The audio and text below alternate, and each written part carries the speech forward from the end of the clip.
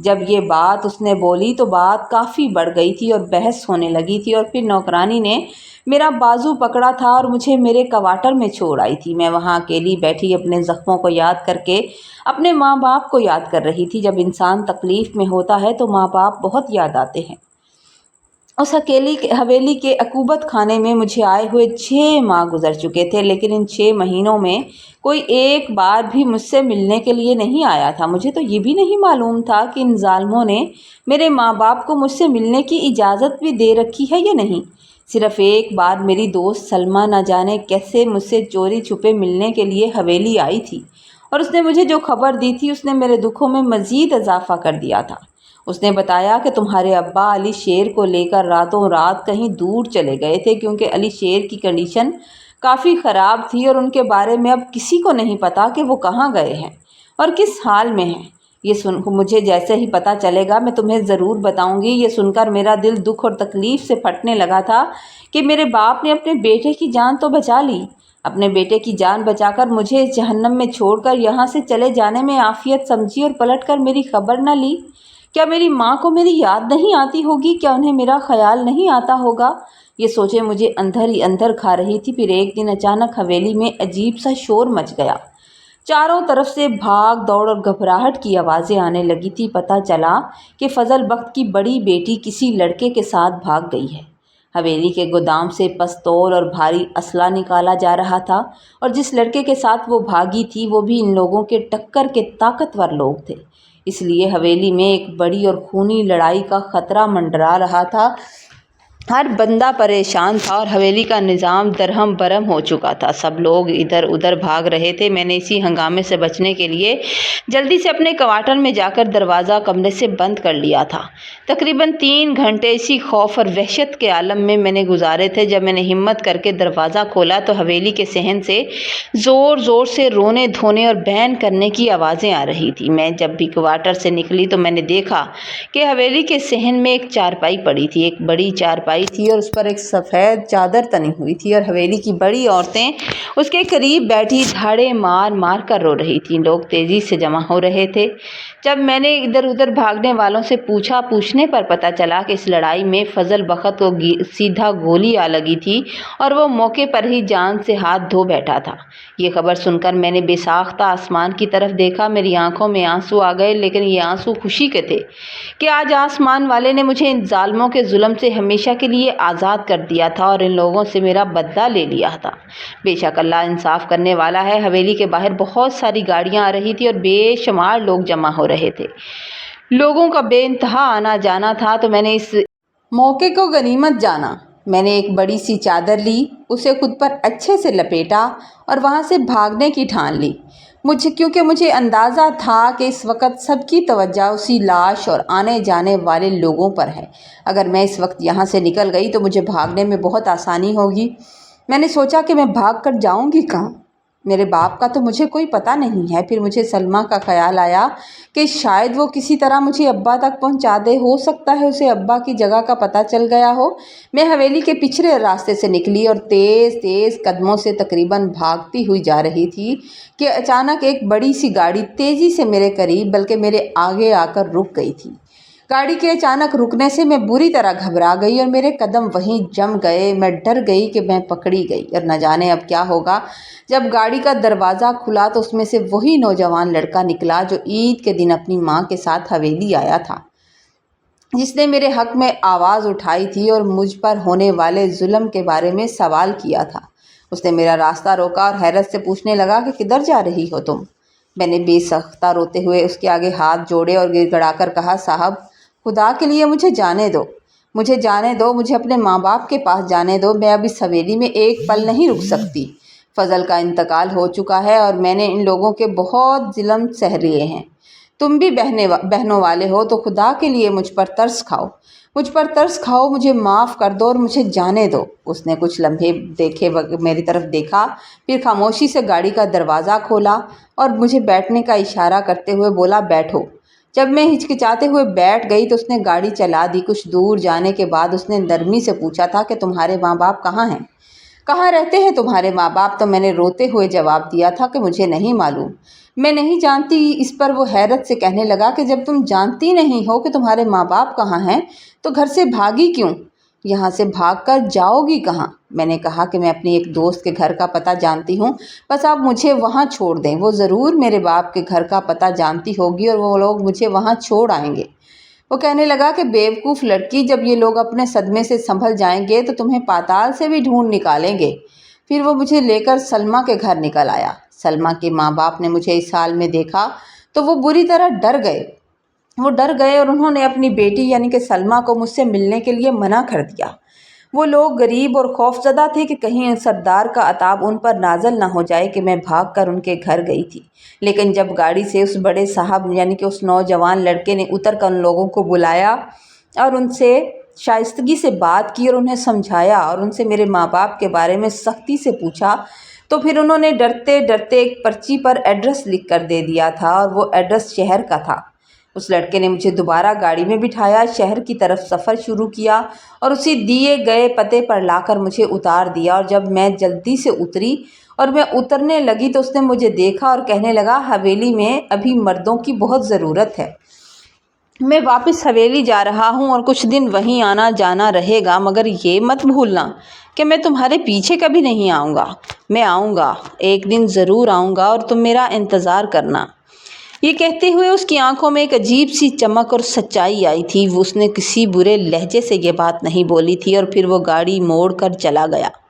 میں نے جب اس پرانے سے گھر کا دروازہ بجایا تو ایک بوڑھے آدمی نے دروازہ کھولا۔ جب میں نے اس جھکی ہوئی کمر اور سفید داڑھی والے شخص کو غور سے دیکھا تو وہ کوئی اور نہیں تھا، میرا اپنا باپ تھا، جو صرف 7 مہینوں کی جدائی اور غم میں اتنا کمزور اور بیمار ہو چکا تھا، اور آخر میں اپنے باپ کی لاڈلی بیٹی تھی اور میرا باپ تھا کہ پہچانے میں نہیں آ رہا تھا۔ ابا نے جب مجھے غور سے دیکھا تو ان کے حلق سے ایک دلخراش چیخ سی نکل گئی۔ ابا کی وہ دردناک آواز سن کر اماں گھبرا کر کمرے سے بھاگی تھی کہ نہ جانے کیا ہو گیا ہے۔ جب انہوں نے مجھے اپنے سامنے زندہ کھڑے دیکھا تو وہ دونوں مجھے گلے سے لگا کر بچوں کی طرح دھاڑے مار مار کر رونے لگے، اور جب انہیں تھوڑا صبر آیا تو میرے پیچھے دیکھنے لگے کہ آخر میں کس کے ساتھ آئی ہوں۔ میں نے روتے ہوئے ان سے شکوہ کیا کہ آپ لوگوں نے تو مجھے بیچ دیا تھا، کہ آپ لوگوں کو میری یاد نہیں آتی تھی؟ میں مجبور ہو کر وہاں سے بھاگ کر یہاں چلی آئی ہوں، لیکن میرے ماں باپ نے پلٹ کر مجھے نہیں دیکھا۔ تو وہ رونے لگے، روتے ہوئے کہنے لگے، بیٹا ہم نے وہاں حویلی کے فیصلے پر لکھ کر دیا تھا کہ اب ہمارا تم سے کوئی تعلق نہیں ہے، ہم مجبور تھے۔ اگر ہم تمہارا نکاح وہاں نہ کرتے تو بھی وہ درندے تمہیں زندہ چھوڑتے اور نہ ہی تمہارے بھائی کو۔ آج میں اپنے ماں باپ کے سینے سے لگی ہوئی تھی، زندگی کی تلخیاں اپنی جگہ پر تھیں۔ شام کا وقت تھا، گھر میں ایک عجیب سا سکون تھا کہ اچانک علی شیر گھر آیا، اور جب اس نے مجھے دیکھا اور مجھے دیکھتے ہی جیسے اسے یقین نہیں آ رہا تھا، اس کی آنکھیں چھلک پڑیں اور وہ بھاگ کر مجھے گلے لگا کر زاروں قطار رونے لگا۔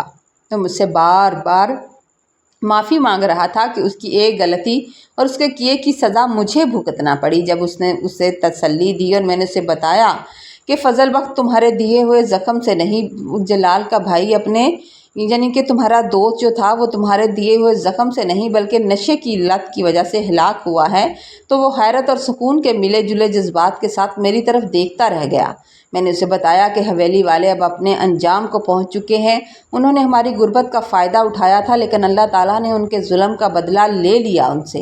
اب وہاں کوئی مرد نہیں بچا، سردار زور آور اب بوڑھا ہو کر ٹوٹ چکا ہے، اب اس حویلی میں صرف عورتوں کا راج ہے۔ اس شام بہت عرصے بعد میرے گھر والوں نے میرے ساتھ بیٹھ کر سکون سے کھانا کھایا تھا۔ وہ لمحہ میرے لیے کسی معجزے سے کم نہیں تھا۔ مجھے ایسا محسوس ہو رہا تھا جیسے میں کسی جنگ کے میدان سے صحیح سلامت واپس آئی ہوں، یا کسی بہت مشکل سفر کو طے کر کے اپنی منزل میں نے پا لی ہو۔ میرا بھائی اب ایک فیکٹری میں کام کرتا تھا اور اسی کی محنت سے گھر کا خرچ بڑی عزت سے چل رہا تھا، اور اب فیکٹری سے کپڑے لا کر دیتا تھا، اور میں نے بھی محنت کرنے میں ان کا ساتھ دینا شروع کر دیا۔ میں نے گھبرانا اب محنت سے چھوڑ دیا تھا، میں گھر پر ہی سلائی کڑھائی کا کام کرنے لگی، جس سے ہمارے حالات اب پہلے سے کافی بہتر ہونے لگے تھے۔ اس واقعے کو گزرے ہوئے تقریباً 5 ماہ بیت چکے تھے، لیکن میرے دل میں اکثر وہ نوجوان یاد آتا تھا جو مجھے حویلی سے بچا کر لایا تھا، اور دل میں ایک خوف بھی تھا کہ کہیں وہ لوگ مجھے ڈھونڈتے ڈھونڈتے یہاں واپس نہ آ جائیں۔ پھر ذہن میں آتا تھا کہ اب کون بچا ہے جو ڈھونڈتے ہوئے آئے گا، اور وہ انسان جو جاتے ہوئے ایک وعدہ کر کے گیا تھا، میں سوچتی تھی کہ آخر وہ کیوں لوٹ کر آئے گا۔ وہ امیر کبیر اور بااثر انسان تھا اور میں غریب گھر کی لڑکی، مگر میرا دل اس کی سچائی کی گواہی دیتا تھا۔ دوسری طرف اماں اور ابا کو اب میری شادی کی فکر لاحق ہو گئی۔ وہ جلد از جلد مجھے کسی اچھے گھر میں بیاہ کر میری ذمہ داری سے سبکدوش ہونا چاہتے تھے۔ پھر ایک دن اچانک دروازے پر دستک ہوئی اور جیسے ہی اماں نے دروازہ کھولا، سامنے وہی نوجوان کھڑا تھا۔ اماں حیرت اور پریشانی کے عالم میں تھیں کہ یہ اجنبی مرد ہمارے گھر آخر آ کیسے گیا، لیکن اسے دیکھتے ہی میں نے پہچان لیا۔ اس نے باادب انداز میں سر جھکا دیا، ماں کو سلام کیا، صاف گوئی سے بولا کہ میں زلیخا سے نکاح کرنا چاہتا ہوں اور میرا نام سلیم ہے۔ میں سردار زوراور کی بہن کا بیٹا ہوں۔ میں اپنی ماں کو بتا چکا ہوں کہ میں زلیخا کو پسند کرتا ہوں اور میری ماں اس رشتے سے راضی ہیں، اور آپ میرا یقین کریں کہ میں اسے اپنی عزت بنا کر رکھوں گا اور زندگی میں اسے کبھی کسی چیز کی کمی نہیں ہونے دوں گا۔